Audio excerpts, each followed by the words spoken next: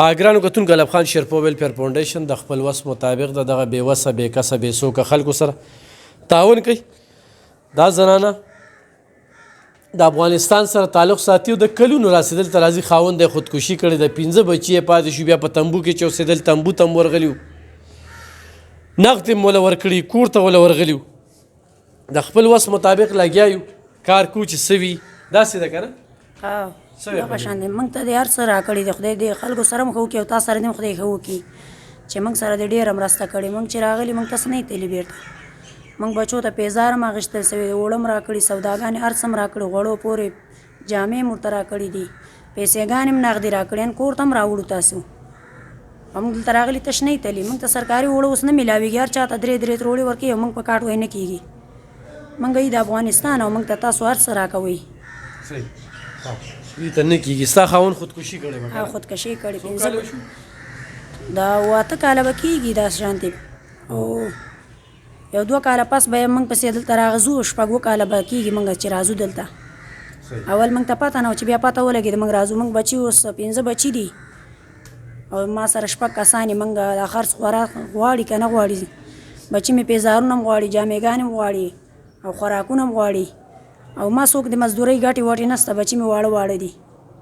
صحیح. ښه، ترورې ته ولې جاړې؟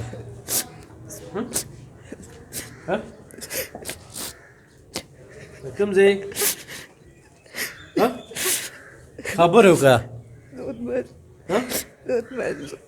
څه؟ ها، ولې جاړې؟ بس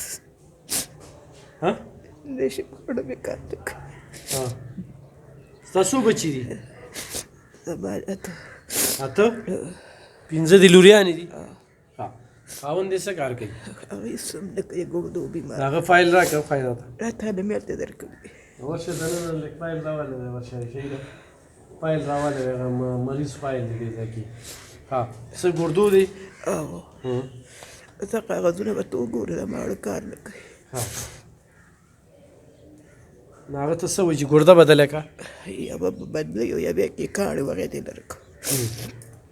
تا خپله هم اپریشن کړی؟ ما د ترخې اپریشن کړی، نه د چا د کار یم نه د چا د روزګار یم. دا ځای ورته چا وښوده؟ دا راته مړي کې چې ووي، مړي کې مړي کښې ورته وتماس وکړي، بېرته لاړه شه.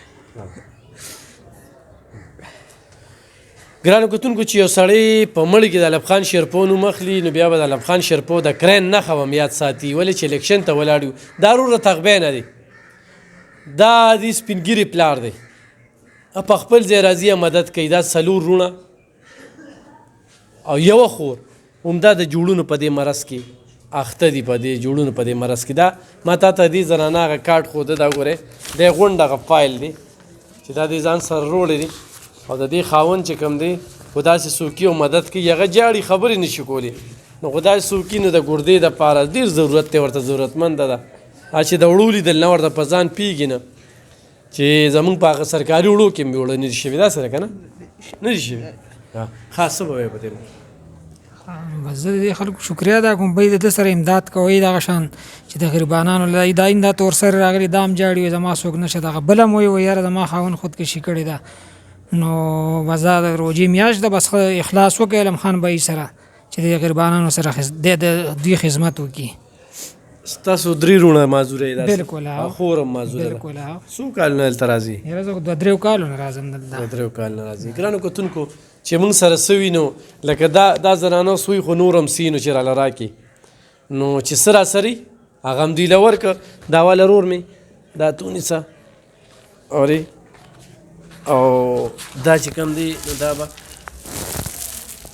بوجۍ په سر کا، او بوجۍ سره چې کوم دی نو دا وایي چې یاره ماله کاري یم راکه، دا ځان سره ونیسه. او مورې دا به ته ځان سره وړی شي که نه؟